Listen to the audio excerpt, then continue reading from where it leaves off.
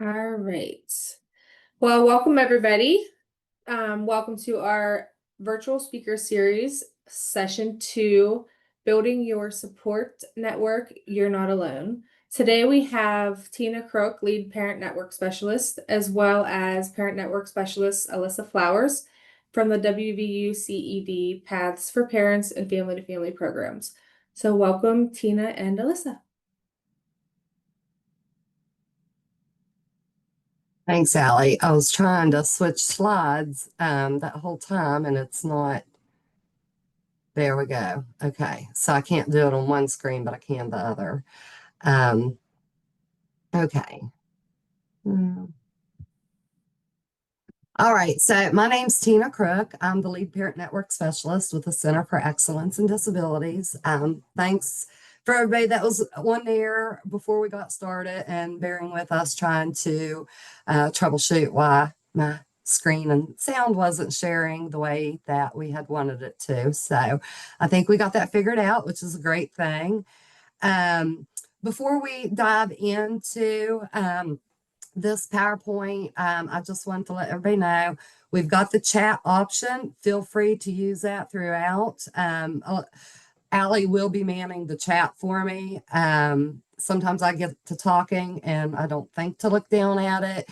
But if there's something in there that somebody puts, she'll stop me and be like, hey, Tina, which is great. We plan on this being approximately an hour and a half. But we are hoping that we can kind of wrap it up at around an hour and 10, hour and 15 minutes to where we have some leftover time for like that open discussion, question and answer, and stuff like that. So we will go ahead and get started. Today, what you will learn, we're going to talk about burnout. We're going to talk about what that is, how to identify it, and prevention strategies for it. We're also going to talk about self-care, which I know if you're a parent or a caregiver, to a child or anybody for that matter, when the word self-care comes up, a lot of times we're like, huh, yeah, what's that? Been there, done that. So totally get it. And then after I talk about those things, I'm going to pass it off to Alyssa. She's going to talk about how to find support groups and online communities and how to build those meaningful relationships with other caregivers. And then we have Allie. She's going to talk about the parent to parent program. So here we go. What is burnout? So this is just your, basic definition. I pulled this from psychologytoday.com. Caregiver burnout is a state of emotional, mental, and physical exhaustion brought on by prolonged and repeated stress. So prolonged and repeated stress. So caregiver burnout. So we've got feeling overwhelmed, always thinking about limitations, maybe not just our limitations, like I can't get out of this house, I can't go here, I can't go there, vacation's not going to happen, but also limitations maybe for our child that we're always thinking about, worrying about the future, what that's going to look like with them. Will my child grow up and live an independent life? Will they ever be able to get married? Will they be able to live on their own? Those type of things there, they're real and we worry about those. We worry about what's going to happen if we pass away, who's going to care for our kid. Stressed, just always feeling stressed out, having so much on our plate all the time. Also negative thoughts kind of falls in there as well. Just we I like to say that we can't help it, but there are methods to kind of help with it. Um, Anger and frustration and loss of sleep. So I put that under caregiver burnout. But does that mean that you're burnout if you're feeling those feelings? So caregiver burnout and your feelings, normal or not. Okay, they are normal. And most parents and caregivers will experience all of those from time to time. It doesn't mean that you're burnt out. Again, in that definition, it was prolonged and repeated physical, emotional stress. The important thing is to realize when these are happening and to deal with them before they do lead to bigger problems, which are that caregiver burnout. So, self care. This is the single most important way to prevent and combat caregiver burnout. And some ways to practice self care. And I know a lot of you, especially if you have a really medically complex kiddo or you've got those, behaviors to where maybe, it's hard to turn your back, it's hard to get a break. You're going to look at what I put here and you're going to be like, okay, well, let's get real, you know. But for some parents, in some situations, you know, when you're able to do this, it is very beneficial and it can help. Exercising, dancing. And when I say exercising and dancing, it doesn't mean like you have to go out into the community and join a gym or take dancing lessons or something like that. This could be cleaning your house and having that dance party at home with the mop or broom.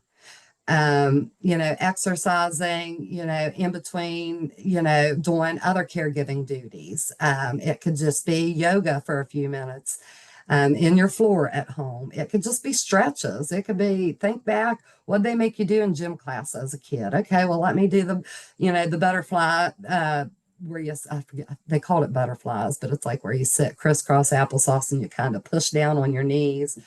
It could just be doing squats for a few minutes. It could be running in place, or if you have a treadmill, using it for a few minutes. Just anything to get some type of exercise in. If you enjoy gardening, I have a black thumb, but I enjoy attempting to grow things. It could be getting out into the garden, going for a walk, eating a healthy diet is really important too.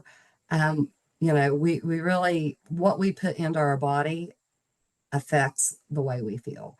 I'm sure we've all had those days to where, everything's kind of 100 mile an hour. You ain't really got time to cook nothing. So you're just grabbing those quick things. You're grabbing those snack cakes. You're grabbing the bag of chips. And then a little bit later, you feel like crap because you did not put nothing nutritious at all into your body. Um, Make time for a favorite activity.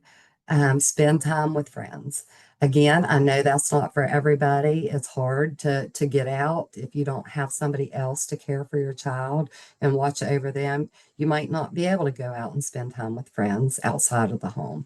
Maybe invite a friend over for a cup of coffee, just where you can have conversation, with them and just spend a little bit of time. So, as I said, I know it's not always easy, and we've got a video here from Bonnie Shannon. Bonnie Shannon, she will explain she has a very medically complex child, and it wasn't always easy. She couldn't do these type of things.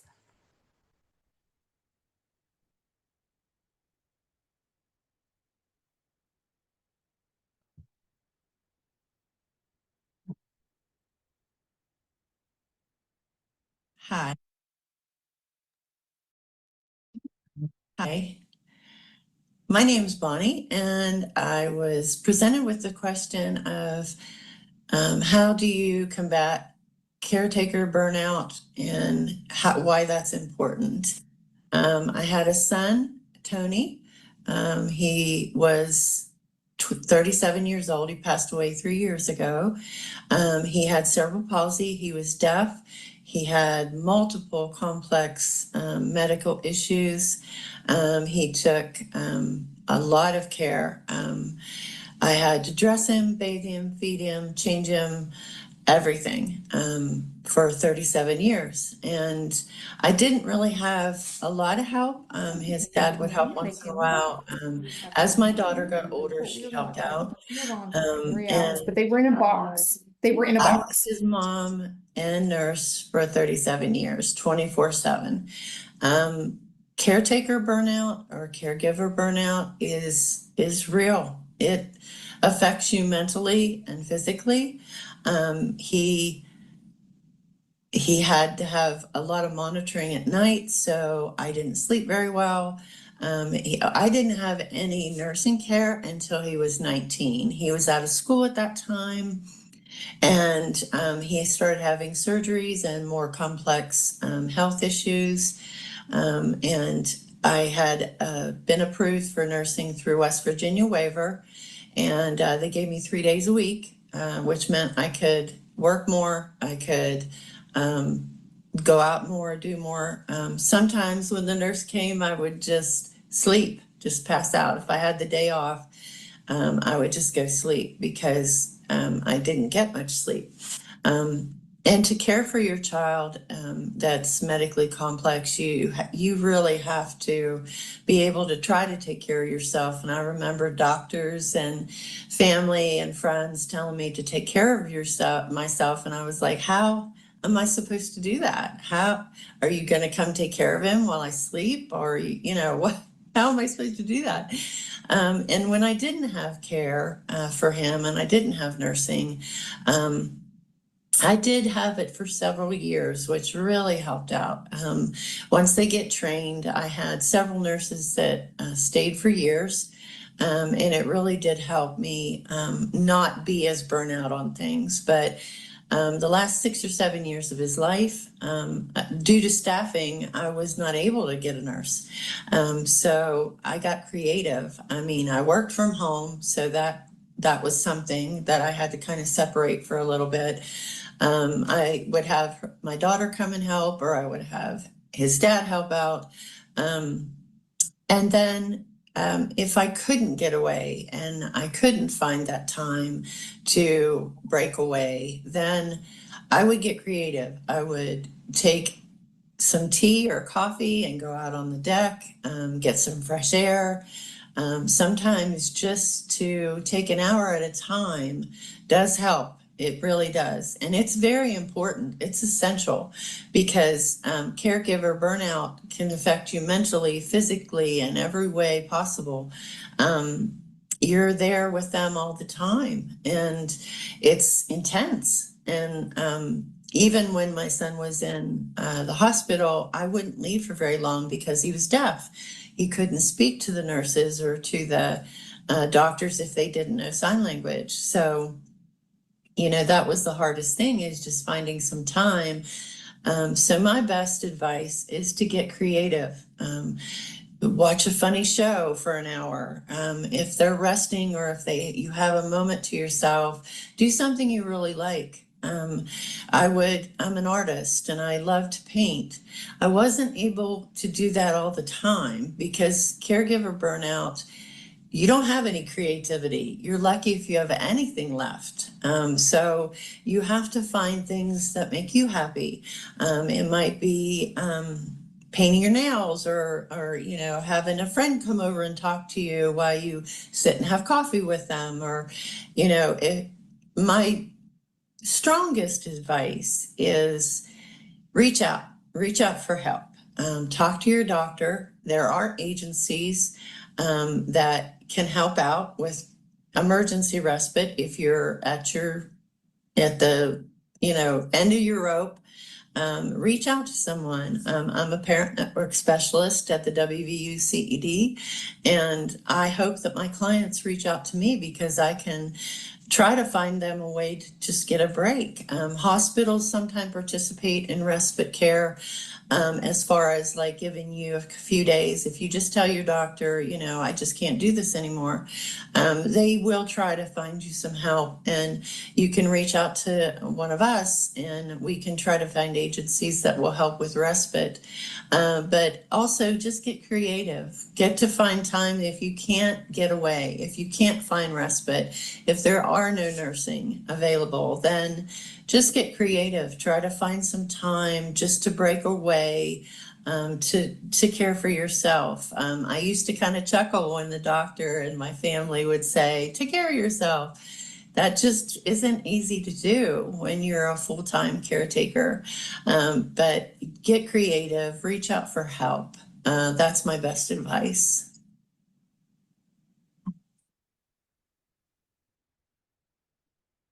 So, yeah, you can see that it's not always easy to get that break. Bonnie mentioned several different things that she did, that helped her and gave some different tips on what might work for other people.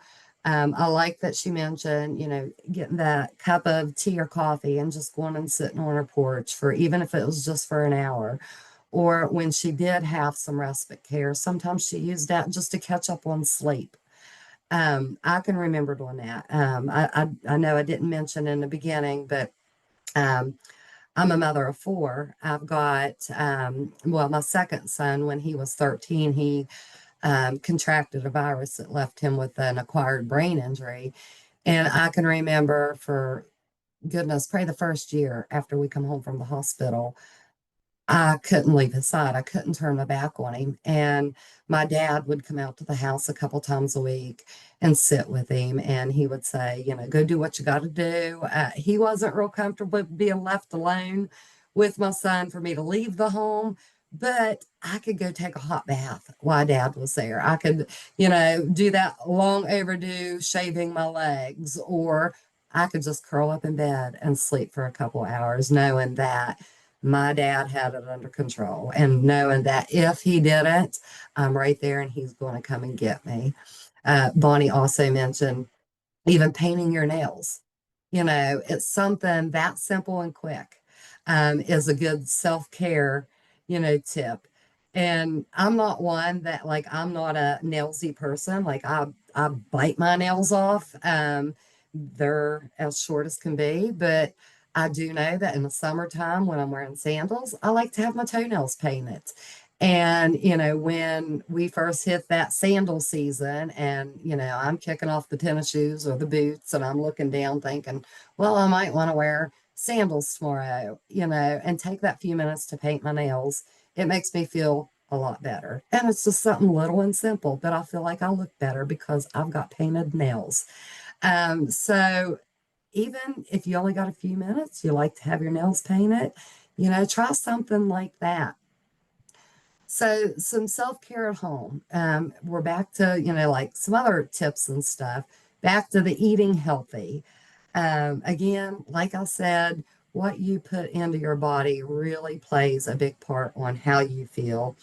And, eating a healthy diet and drinking plenty of water, that's just as important as any other self-care practice that you may do.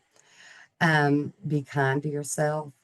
Don't try to stop the negative thoughts, like, oh, this is always going to be like my life, or the, this sucks, or, I just feel like I have no one, things like that. Try to change that into more positive thoughts. Yeah, it might be tough now, but it's going to get better. I might not have respite now, but I'm going to continue to look. I'm going to research organizations. I'm going to research waivers. I'm going to see what I can do to find what it is that I need to help me be able to be a better parent for my child.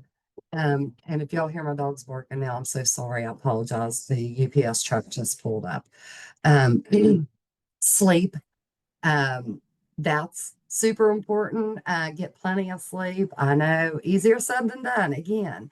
But there are some kind of tips and tricks that you can do to help with that. It can be hard to come by. Worrying can keep you up at night, to where you're tossing and turning. You feel like you can't shut your brain off. That's always been my biggest thing. I feel like I've done that for 27 years, since my first child was born 27 years ago. And he was, born healthy and, everything. We never had, a lot of the struggles that other parents may have, but that has been something that has been a big challenge for me. What I have found that helps me with sleep is having a routine, having a set time every night. For me, it's between 9:30 and 10:30. That's when I'm going to bed. Sure, there's nights that ain't going to happen. There's things that come up, or you want to maybe go out on a weekend and do something. You might not get home till late and you still got certain things you got to get done at home before you can. But trying, for the most part, try to have a routine. Try to turn off your cell phone, or maybe not turn it off, but try not to be having that blue light in front of you. Try to stop that about an hour before you go to bed, at least 1 hour before you go to bed. Make sure your bedroom is dark, it's cool, it's quiet. White noise helps for some people. I used to have to use white noise when my husband was snoring to drown him out, and that helped me be able to fall asleep. Um, so, boundaries, that's another big one. Set boundaries, recognize how much you can handle. Overcommitting is not going to be helpful to you or your child. Do not overfill your plate. Do not be afraid to tell people, I'm sorry, I just can't do that right now. And that's okay. Divide and conquer. This is a big one as well. If you've got other people living in the home with you besides just you and your child, split the chores. Even children can do some household chores based on, their age and their abilities. So kind of split it up. Here at my house, I sweep, my husband mops. I unload the dishwasher, or I load the dishwasher. My daughter unloads it. Um, so try to just kind of divide those responsibilities, maybe even some of the caretaker responsibilities as well, if you've got somebody that you can do that with. I know it's hard a lot of times when you're that primary caregiver to let other people step in, but if you've got other people that are willing to do it and able to do it and can do a good job, let them. Breathe. That's another good self-care that you can do. Yoga and meditation, they both involve breathing techniques, or just close your eyes for a few minutes. Take those deep, slow, deep breaths and release them. Do that over and over a few times, and that's going to help you feel a little bit better too, especially if you've got that anger and frustration kind of building up, or just that anxiety and feeling overwhelmed. Taking some deep breaths can really help. Try to incorporate some me time into your day. And again, this can be just having that cup of coffee or tea or whatever your favorite drink is, and maybe going outside, sitting on your porch for, a few minutes and just having that alone time, that you time. Um, and then build your support network. Which that's we're going to get to that in a minute. Having a support network, whether it's family, friends, or support groups, that can really help too. Being able to share with someone what you're going through and how you're feeling can make you feel better, even if they don't have any answers for you or they can't give you no advice. Just knowing that they're listening and that they're doing their best to understand what you're going through can make you feel a lot better too. Tina, So remember, we have a oh, go ahead. comment. Before we go into self-care, we have a comment in the chat. It says many caregivers are afraid to say or imply, I can't do this anymore, believing that sometimes with good reason that a provider will call CPS. This precludes caregivers from being as honest as needed to access the help and support that is needed. So what Yeah, do and you I hate to hear that, but I understand it, and it is true, and I wish it wasn't. The only advice that I can really, give there, one, I get it, I understand. And just like Bonnie said in her video, sometimes you need that break. And there are organizations, that you can reach out to whenever, you kind of start feeling like almost like that crisis mode to where, you're at your wits end. You have to have a break. That's where I would encourage these parents, to talk to hospitals, organizations like that. There, even hospice sometimes can provide respite. A lot of us think that hospice is like end of life care. It's not always. They can sometimes provide like a couple days a week that, your child could go and stay there, where they're being perfectly cared for. They've got people monitoring them, their needs are being met, but it gives you that break that you need. Um, I hate to hear that anybody fears saying, I need a break. Um, and I would say that for any provider that's maybe coming in a home, helping provide care, that would hear a parent saying that they're not understanding or getting the full picture of what's going on and what that parent needs. So I would recommend, if you're afraid to say that, that, hey, I need a break, I'm overwhelmed. If you're afraid to say that to maybe a provider that's coming into your home, reach out to one of the parent network specialists. Maybe we can get you connected with someone, outside of that provider that's coming into your home. And maybe we can help in that sense. But I do understand it. And it's a very sad thing that anybody would have to worry about that and have that fear that, because I need a break, they're going to think I'm not a good parent. Um, and I just, they work that job. Okay. We live that life. It's totally different. When they're not there 24/7, dealing with what a parent has to deal with. And, it's sad that they just wouldn't have that same understanding, but there are people that do understand. And there are people that can help. So if you have that fear, like I said, with saying that to a provider, that might be coming into your home, or maybe just a different provider, reach out to someone else, because there are people that do help and that do understand. Um, so again, self-care, practicing self-care can be one of the most important things you can do as a caregiver. And when you take care of yourself, you can better care for your child. We hear that over and over from lots of people. You got to take care of yourself before you can take care of your child. You got to take care of yourself so you can better take care of your child. Because let's face it, if we are not taking care of our child because we let our self-care go and we didn't um, realize the importance of that, and then our health went downhill, then what? Then who's caring for our child? So we have to take care of ourselves. Okay, so now I'm going to hand it off to Alyssa Flowers, and she's going to talk about being able to build your support network and help parents realize you're not alone. There are options out there. Alyssa?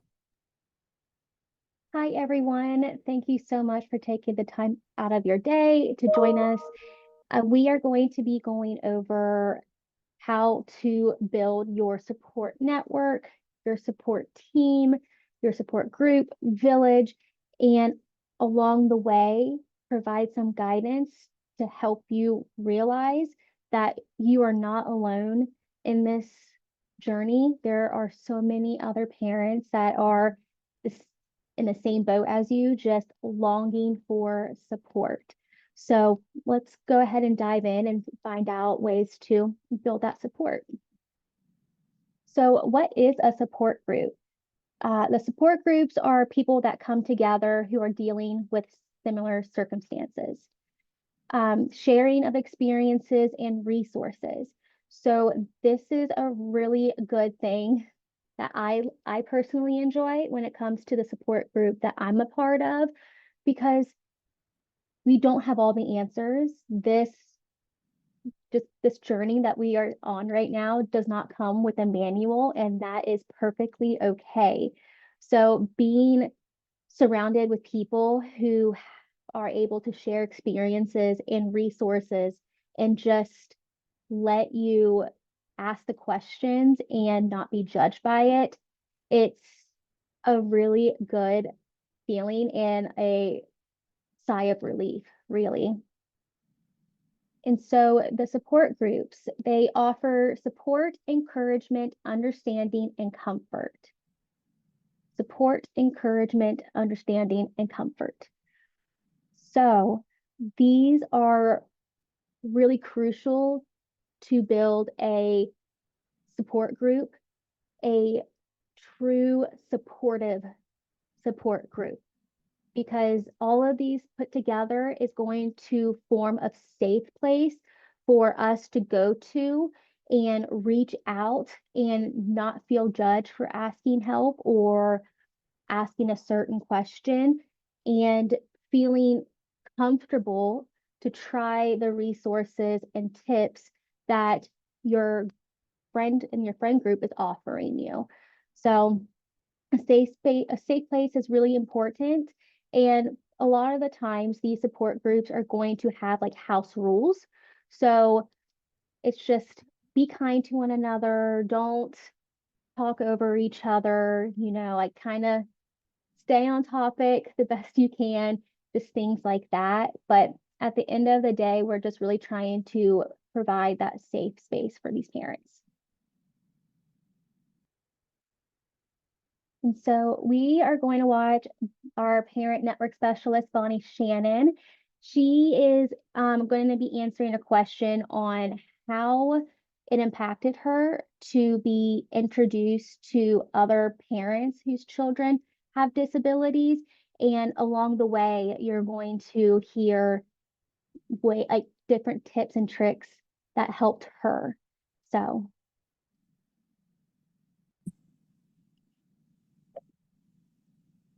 Hi, I'm Bonnie Shannon, and I am a mom, or was a mom, of a medically complex child, Tony. He was a preemie, born very early. He was 2 pounds, 13 ounces. And the question today was presented to me, how did it help when you connect to other parents that had similar experiences and had children with disabilities or children that were medically complex? And I can honestly say, I mean, I took care of my son for 37 years, but after the first couple years, I was able to find a support group. And those parents that I met and the caregivers that I met had children that had disabilities or were medically complex. And I had a wonderful family, amazing friends, and I truly feel that they just couldn't understand. They tried, they loved me, they loved my son. We participated in a lot of family get-togethers and tried to keep him involved in everything, but they just couldn't quite relate to what I was going through. And the parents that I connected with in my support group, I still talk to today. I made friends with them. Our kids basically grew up, together, and they weren't at the same school all the time, but I mean, they basically, we knew what was going on with each other. We knew when we said we were overwhelmed or losing sleep, we didn't just mean a little, we meant a lot. And to have somebody that can relate to that is just an amazing feeling. You know that they get it. They understand what you're going through.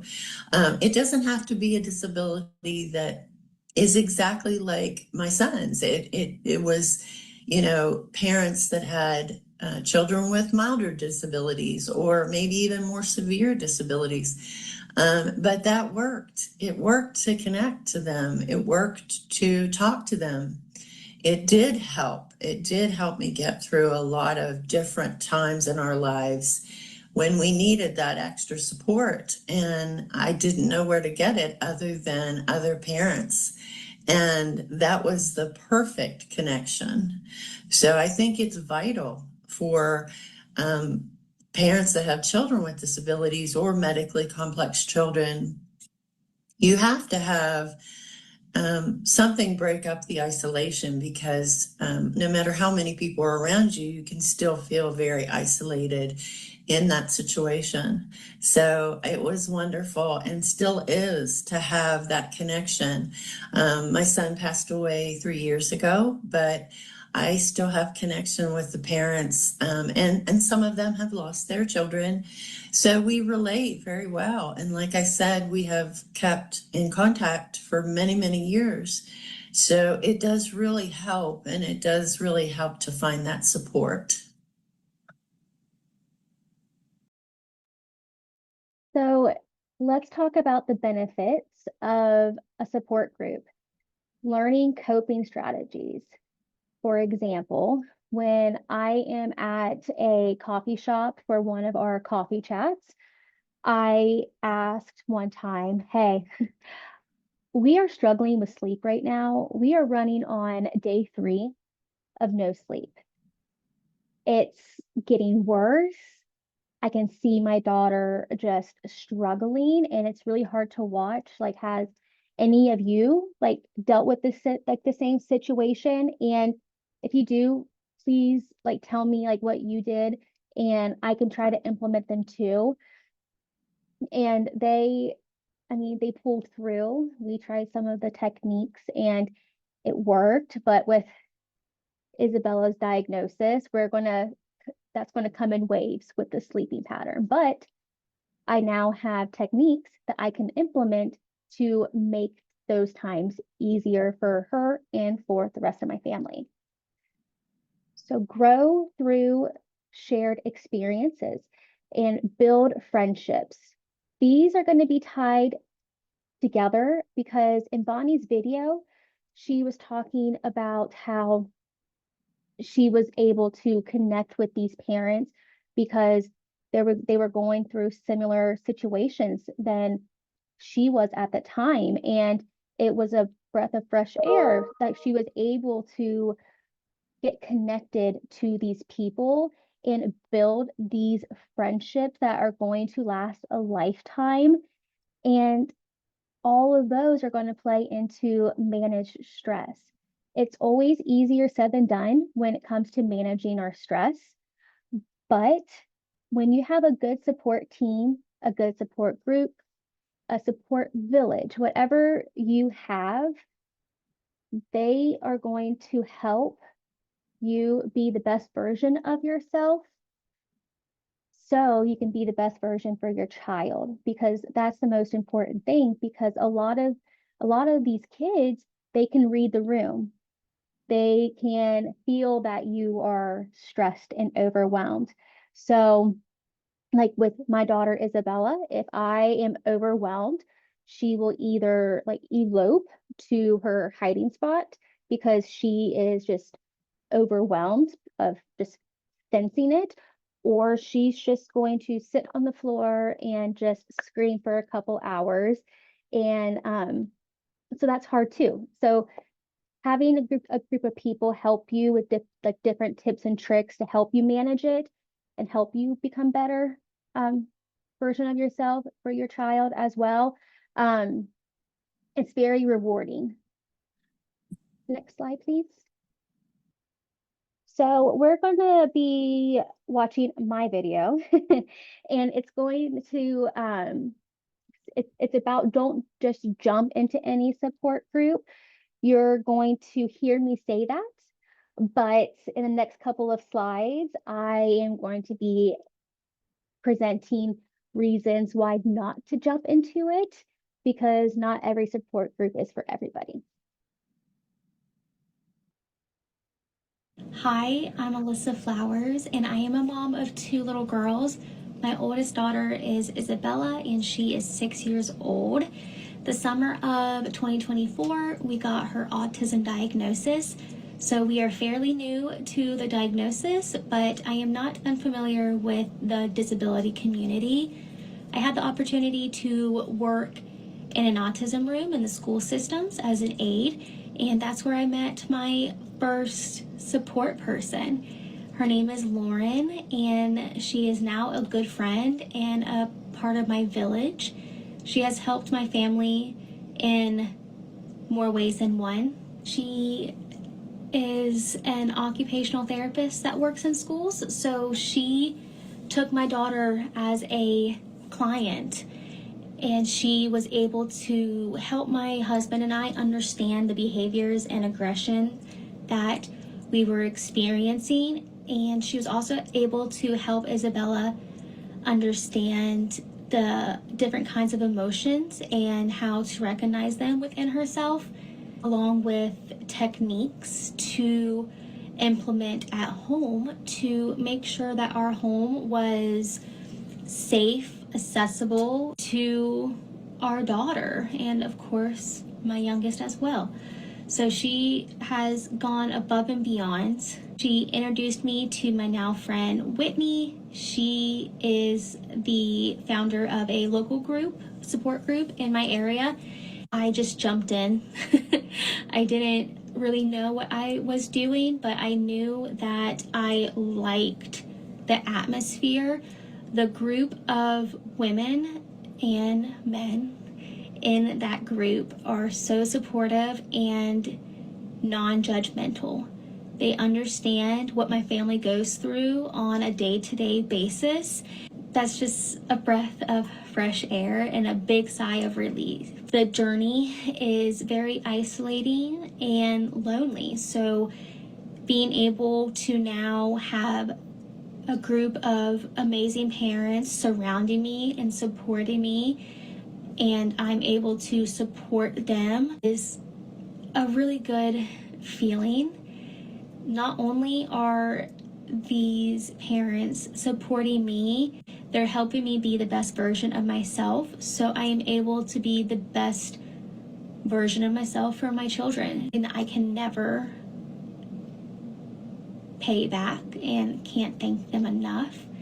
Having a village is so crucial because it's a bond that is really hard to explain. The best advice that I can give is don't jump into a support group just because you need one. I know I said I jumped into it, but that wasn't the first one that I attempted. So don't just jump into one because you feel like you're desperately needing that support. It takes time, but once you're able to handpick your village, it's going to be life-changing. Hi.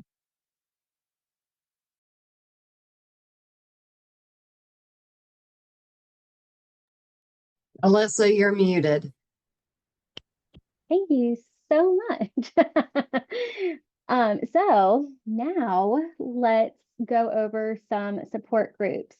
So you have in person, which is pretty much self-explanatory, but this is where you can meet face to face with these other parents that can relate to you in public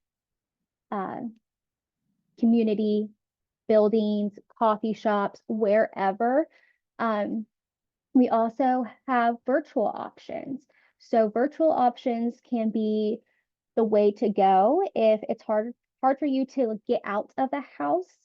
Your kids are sick and you can't leave at that time, or if you live in a more like rural area and you just can't quite get to the in-person support group, virtual may be a really good option for you. And so the next one is social media. And we all know Facebook and we all see the support groups from Facebook. So we're going to dive into the social media to help you see the pros and the cons and help you pick the best one for you. So we compiled a list of pros and cons. So the pros is you have hundreds to thousands of members. That's a lot of people. You will get the answer that you're looking for pretty quickly, and you'll see all of these amazing parents just communicating communicating with one another and just explaining their life situations. Almost always get an immediate response, likely to connect with someone that has the same diagnosis or situation, get plenty of advice, no camera needed. I know a lot of parents and people in general love no cameras. So, and the last one is going to be you can connect with people through that support group 24/7. And now it's time for the cons. Now, I know I said it was a pro for hundreds to thousands of members, but please hear me out. It can also be a con as well. So you have all of these people who are wanting to get into a group, and the questions that you have to answer, like, are you a parent or a caregiver? Are you going to be kind? Are you not going to use like profanity? And in the grand scheme of things, there's just not enough vetting when it comes to accepting members into these groups, because you have people out there that are just cruel and they just want a reaction of what they post. So it does welcome trolls, but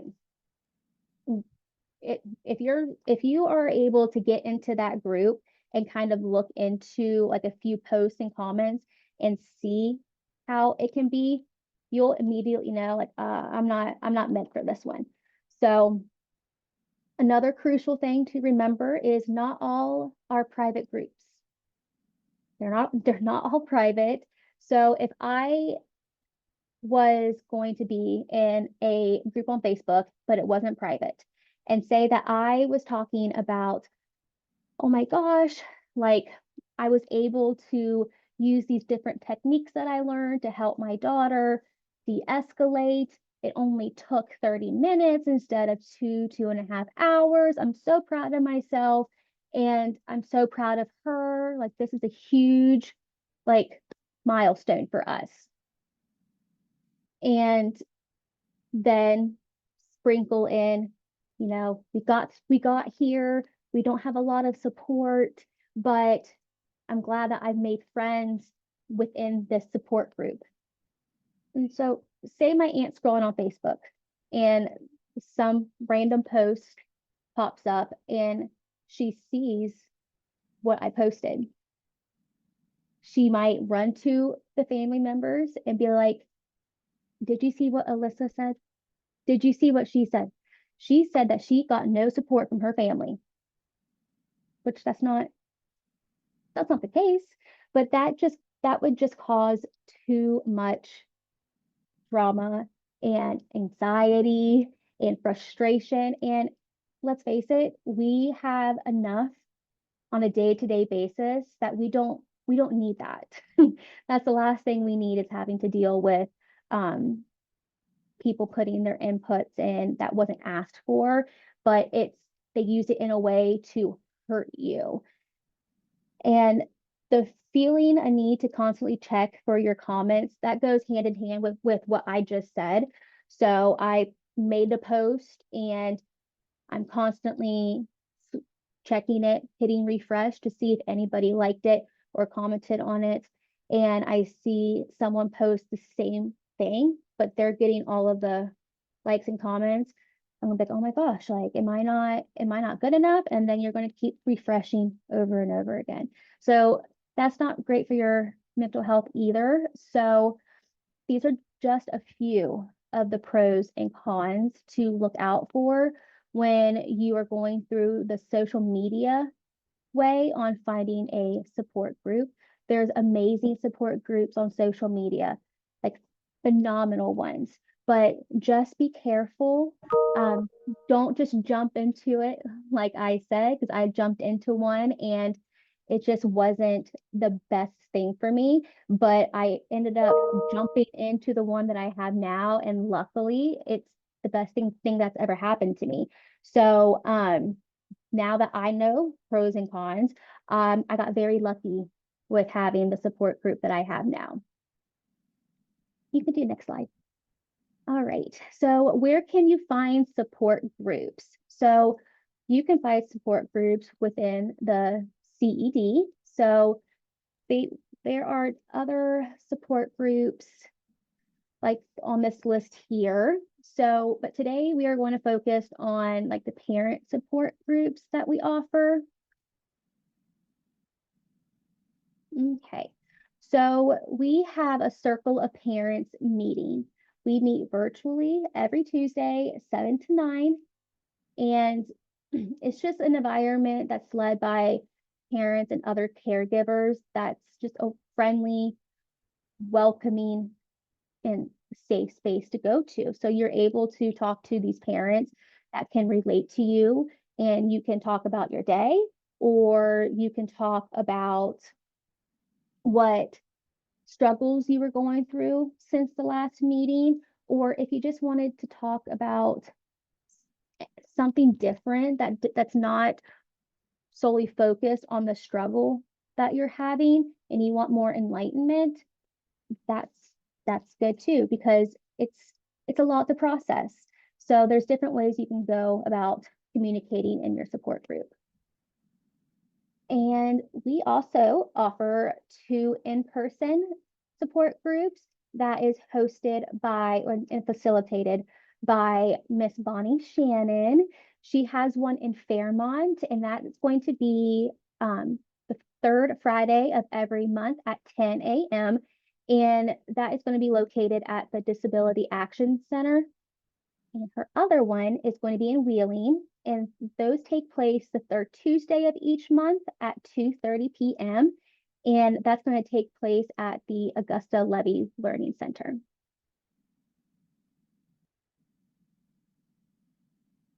So another way where you can find support groups is like family community organizations. And for example, almost every county has a family resource network or a family service center, and they are an amazing place to go to for support in so many different ways.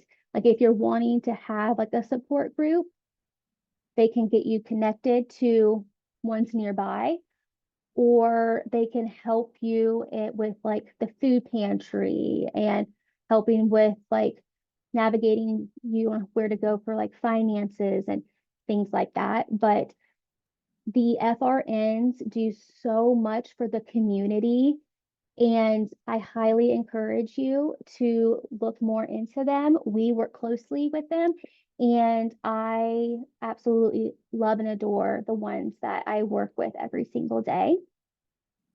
And the last one is online search, good old Google. So you can honestly search any type of support group. If you're grieving, they'll have support groups that you can check out. If you're a grandparent who's taking care of a grandchild or a grandchild with disabilities, like there's going to be support groups for that. There's going to be single parent support groups who are dealing with disabilities of all kinds. So that's just another way to go about it. But again, just like we discussed through the social media, just keep an eye on the pros and cons, because you're able to navigate your way through to the one that works best for you. So we thought it was really important to put in a testimonial of one from one of the parents that attends our Circle of Parent groups. So this was submitted by Kay Atkins, and this is what she had to say. Having a daughter with a physical disability and lots of appointments, surgeries, and follow-ups felt very daunting to me. I was given information about the CED where I was able to connect to an online support group for parents that have a child with a disability. The support group opened my eyes to the fact that my husband and I were not alone. All the members were supportive at listening to the everyday struggles, and many resources were shared during the support group. Tuesday evening support groups quickly became a part of my routine for several years. Because of this support group, I was able to make friendships with other parents that will last a lifetime. And now I know that I am not alone. Just reading that, that's a very powerful testimonial because you can see the connections that you can finally get when it comes to a support network, support group, and you won't feel alone. It's this whole journey, you just like, it doesn't matter how many people are around you. It's very isolating at times, and you just want to curl in a shell. I know I do. But the people that I have on my support team gets me out of those trenches.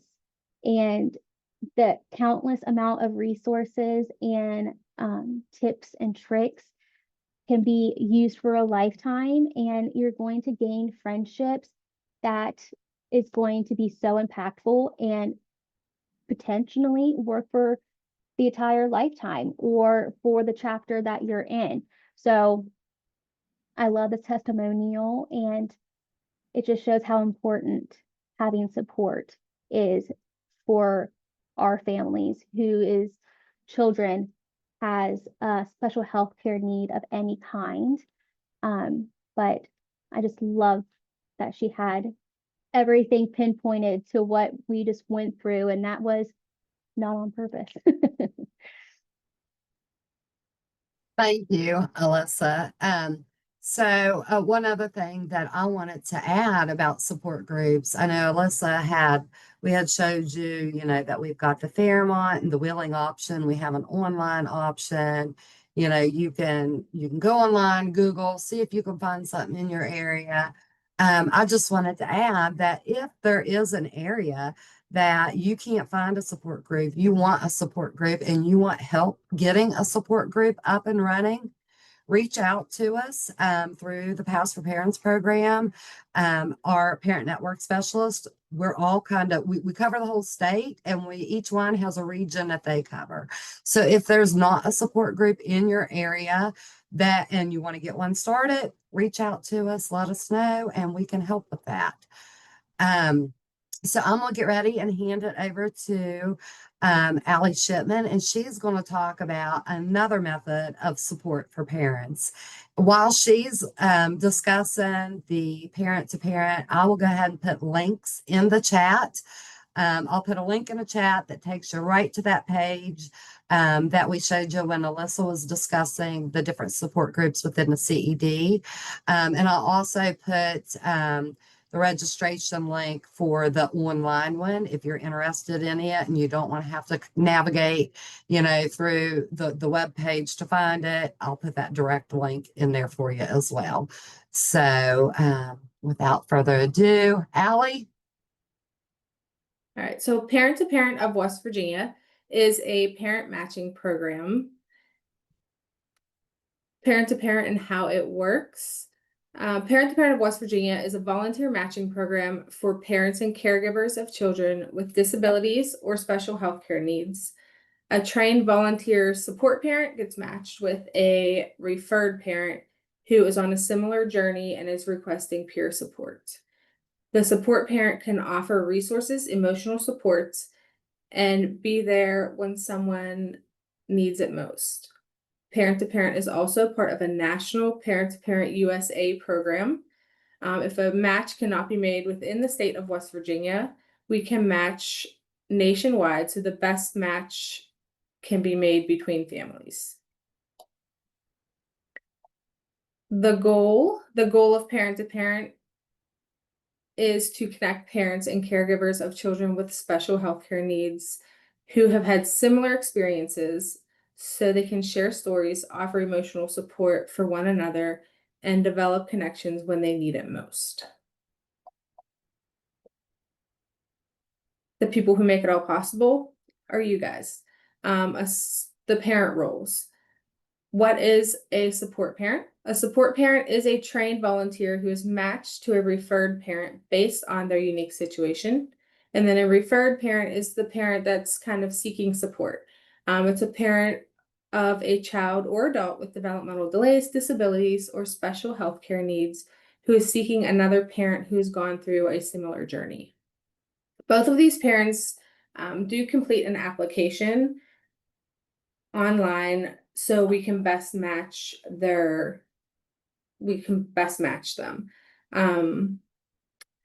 We take what they put on their application with what we know by talking to them to make that best match possible for them. And all matches are one-on-one. So this is where it differs a little bit from the group support, the support groups. This is a one-on-one match.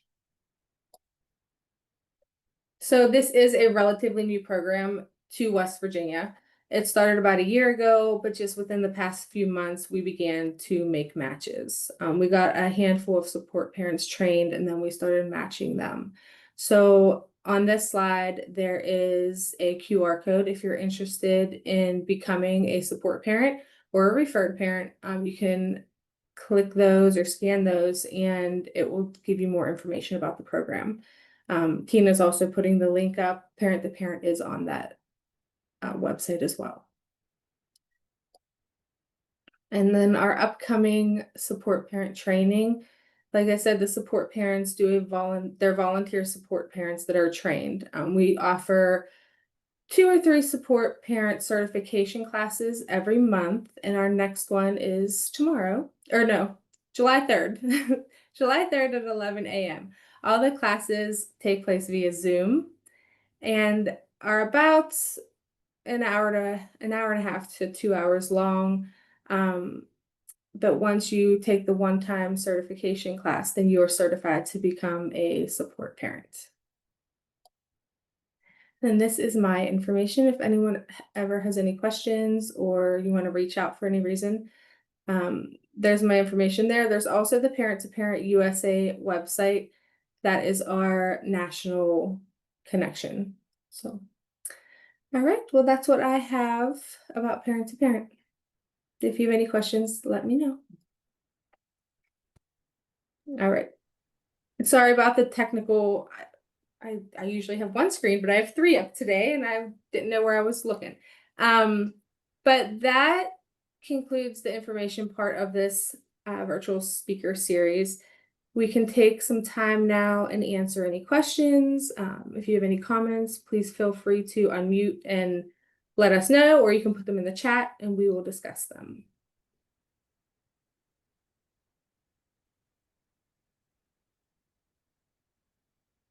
Everybody's so quiet today. I'll also put the 2 flyers that I have in the PowerPoint. I'll put those in there as well, in the chat as well, so you have those for Parent to Parent.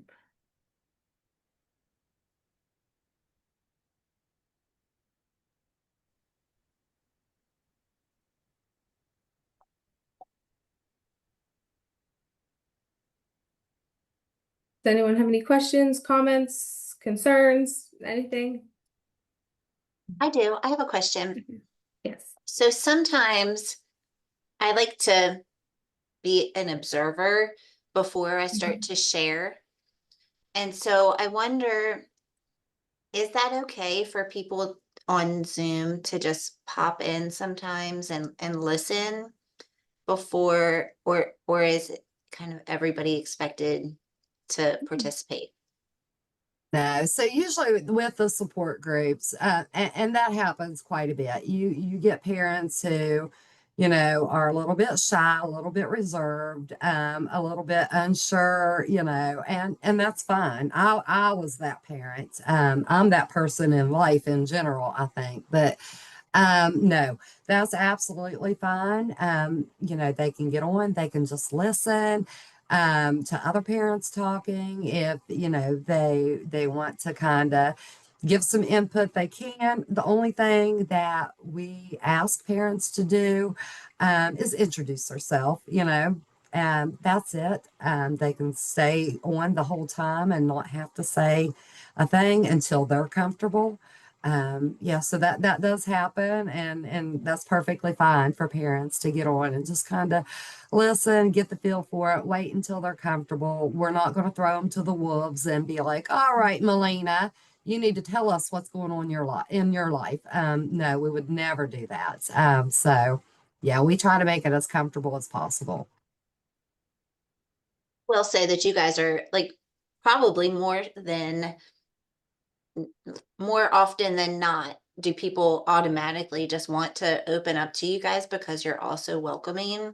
And it just feels like right away you're talking with a friend instead of being at like what I would imagine, like in my mind, a Yeah, support group. And so I do think that's a real thing that makes people want to come back is that you guys are so welcoming and you don't feel put on the spot. right. Yeah, and you're correct. So the not a parent is going to get on, and their very first one, they're ready to talk. They feel comfortable. The atmosphere is great. It's all just other parents.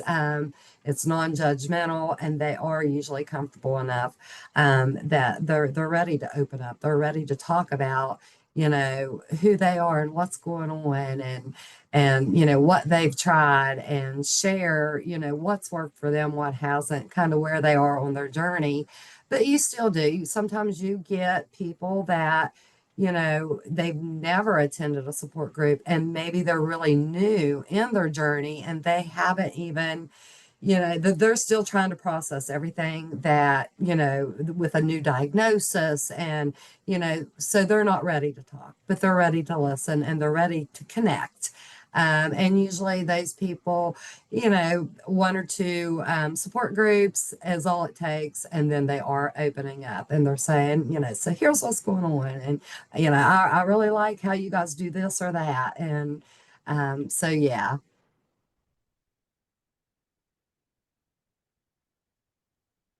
Thank you. You're welcome.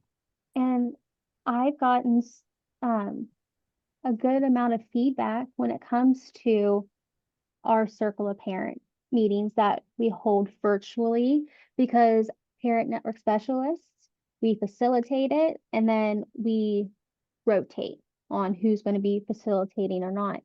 And I've heard nothing but good things, whether it's if I'm on or if Tina or Bonnie or Brandy, we we try really hard to create that safe space for these families. And we're not pushy in any way, shape, or form. And there are times where we kind of just, okay, well, for example, this is what happened to me. And then that kind of starts the conversation going.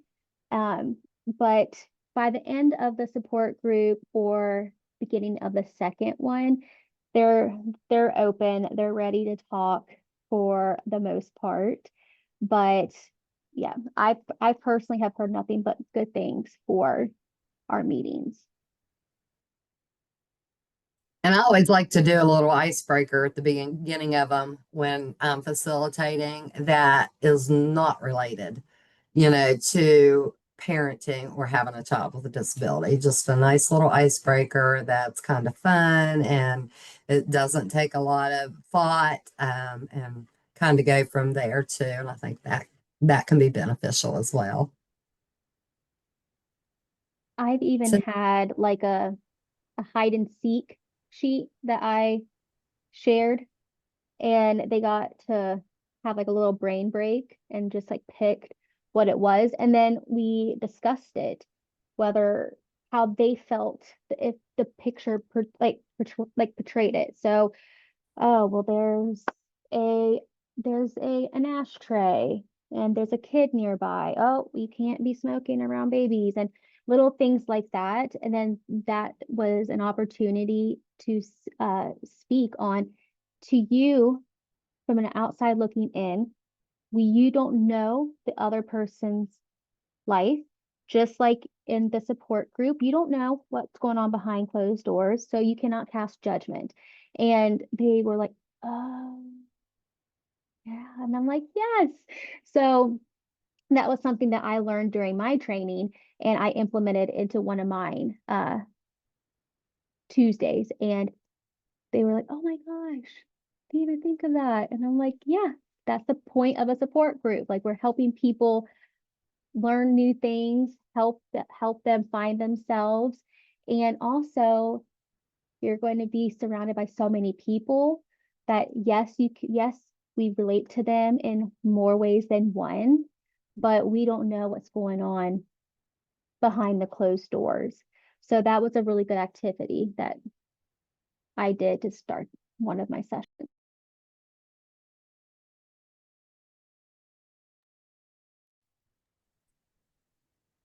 All right, anything else? We ended a little bit early today, but that's okay.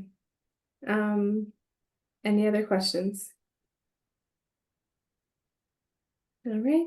Well, thank you for coming, everyone, and have a great day. Hi, guys. Thank Thanks. you guys so much.